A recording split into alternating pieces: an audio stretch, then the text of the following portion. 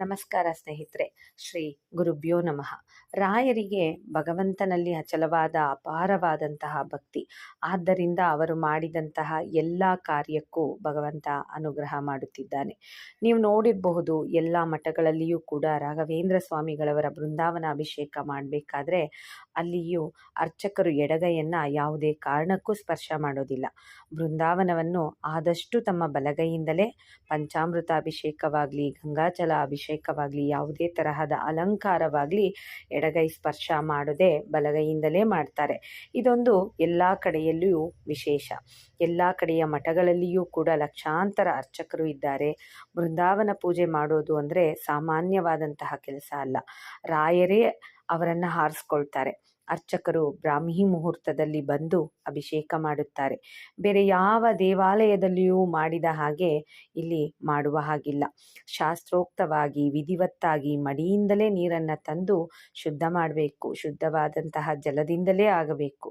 ಯಾವುದೇ ರೀತಿಯ ಮೈಲಿಗೆ ಸೋಕಿಸಿದರೆ ಸನ್ನಿಧಾನ ಹೋಗಿಬಿಡುತ್ತೆ. ಇದೆಲ್ಲವೂ ಕೂಡ ವಾರದ 7 ದಿನವೂ ಕೂಡ ನಡೆಯುತ್ತದೆ. ರಾಯರ ಮಠದಲ್ಲಿ ಅರ್ಚಕರು, ಪರಿಚಾರಕರು, ವ್ಯವಸ್ಥಾಪಕರು ಯಾರೂ ಕೂಡ ರಜಾ ಅನ್ನೋದು ಹಾಕೋದೇ ಇಲ್ಲ. ಇದಕ್ಕೆಲ್ಲ ರಾಯರೇ ಅವರಿಗೆಲ್ಲ ಶಕ್ತಿಯನ್ನು ಕೊಟ್ಟಿರ್ತಾರೆ. ಯಾರು ಧರ್ಮದಲ್ಲಿ ಹೆಜ್ಜೆ ಇಡ್ತಾರೋ ಅವರಿಗೆ ಧರ್ಮನೇ ಶಕ್ತಿ ಕೊಡುತ್ತೆ. ಯಾವ ಧರ್ಮವನ್ನು ಅನುಸರಣೆ ಮಾಡುತ್ತೀವೋ ಅದೇ ಧರ್ಮವೇ ರಕ್ಷಣೆ ಮಾಡುತ್ತದೆ. ಆ ಧರ್ಮವೇ ದೇವತೆ. ಶ್ರೀಕೃಷ್ಣ ಹೇಳ್ತಾನೆ, ಭಗವದ್ಗೀತೆಯಲ್ಲಿ ಉಲ್ಲೇಖವಾಗಿದೆ. ಹಾಗೆ ರಾಯರು ಲಕ್ಷಾಂತರ ಜನರಿಂದ ಸೇವೆ ತಗೊಳ್ತಾರೆ. ಆ ಸೇವೆ ಮಾಡೋಕ್ಕೆ ಶಕ್ತಿಯನ್ನು, ಆರೋಗ್ಯವನ್ನು ರಾಯರೇ ಕೊಡ್ತಾರೆ. ರಾಯರು ಅವರನ್ನೆಲ್ಲ ಕೂಡ ಚೆನ್ನಾಗಿ ನೋಡ್ಕೊಳ್ತಾರೆ. ಅವರಿಗೆ ವರ್ಚಸ್ಸು, ತೇಜಸ್ಸು, ಸ್ಫೂರ್ತಿ, ಆನಂದ ಇರುತ್ತೆ.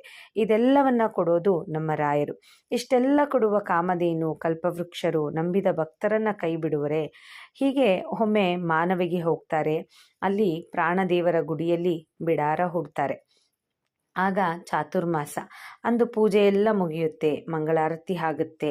ಇನ್ನೇನು ತೀರ್ಥ ತೆಗೆದುಕೊಳ್ಬೇಕು. ಆಗ ನೋಡುತ್ತಾರೆ, ದೂರದಲ್ಲಿ ಧ್ವಜಸ್ತಂಭದ ಹತ್ತಿರ ಒಬ್ಬ ಸಾಮಾನ್ಯ ವ್ಯಕ್ತಿಯು ನಿಂತಿರ್ತಾರೆ.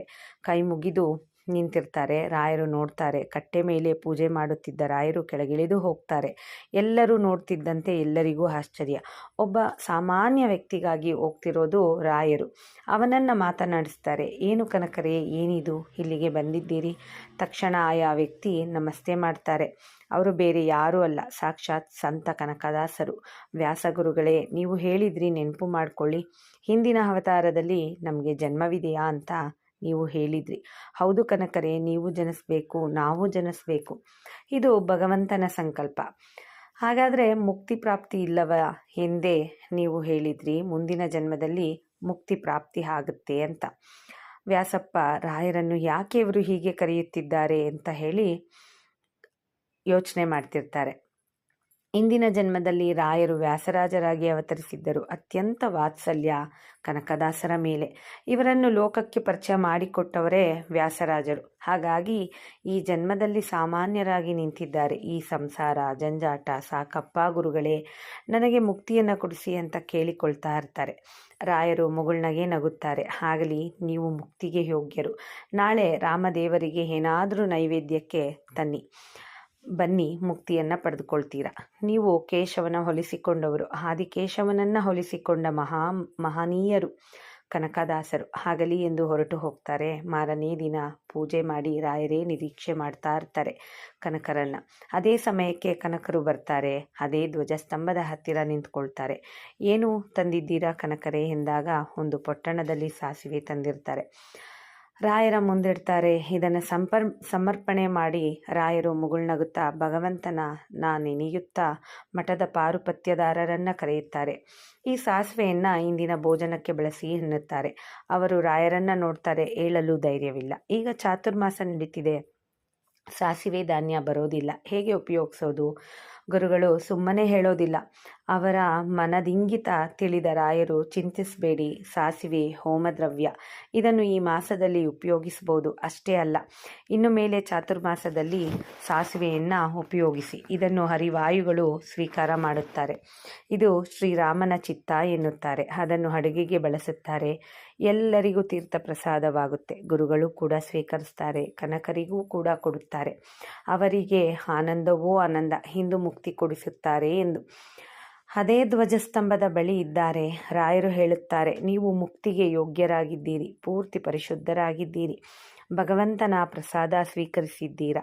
ಕನಕದಾಸರೇ, ಈಗ ನೀವು ಆನಂದವಾಗಿ ಮುಕ್ತಿ ಲೋಕಕ್ಕೆ ಹೋಗಬಹುದು ಎಂದು ಆದೇಶವನ್ನು ಮಾಡ್ತಾರೆ ರಾಯರು. ಕಣ್ಣು ಮುಚ್ಚಿಕೊಂಡು ಮನಸ್ಸಿನಲ್ಲಿ ಧಾರಣೆ ಮಾಡಿಕೊಳ್ಳುತ್ತಾರೆ. ಕನಕರು ಸಾಷ್ಟಾಂಗ ಮಾಡುತ್ತಾರೆ, ಧನ್ಯನಾದೆ ಎಂದು.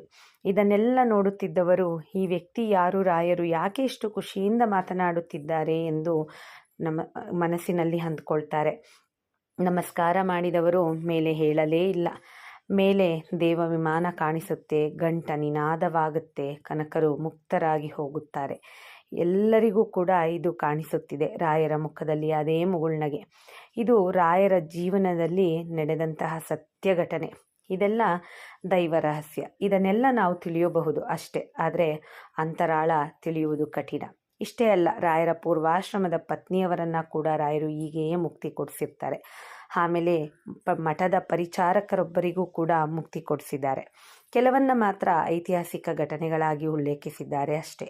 ಅನೇಕ ಭಕ್ತ ಜನರ ಕಷ್ಟಗಳನ್ನು ನಿವಾರಣೆ ಮಾಡೋದಕ್ಕೆ ರಾಯರು ತಮ್ಮ ತಪಶಕ್ತಿಯಿಂದ ಅನುಗ್ರಹ ಮಾಡ್ತಾರೆ ಭಕ್ತರನ್ನು.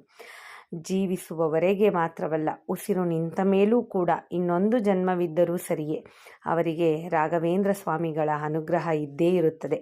ಯಾವ ಸಂಬಂಧವೂ ಉಳಿಯದು, ಜೊತೆ ಬಾರದು. ಆದರೆ ರಾಯರ ಮತ್ತು ನಮ್ಮ ಸಂಬಂಧ ಜನ್ಮ ಜನ್ಮಕ್ಕೂ ನಿರಂತರವಾಗಿ ಇರುವುದು. ಅವರ ಕರುಣೆ ಸದಾ ಭಕ್ತರ ಮೇಲೆ ಇದ್ದೇ ಇರುತ್ತದೆ. ನೋಡಿದ್ರಲ್ವ ಸ್ನೇಹಿತರೆ, ಅಂತಹ ಕನಕದಾಸರಿಗೆ ರಾಯರು ಮುಕ್ತಿಯನ್ನು ಕೊಡಿಸಿದ್ದಾರೆ. ಇನ್ನು ನಮ್ಮಂಥ ಉಲುಮಾನವರಿಗೆ ರಾಯರು ಕೈ ಬಿಡ್ತಾರಾ?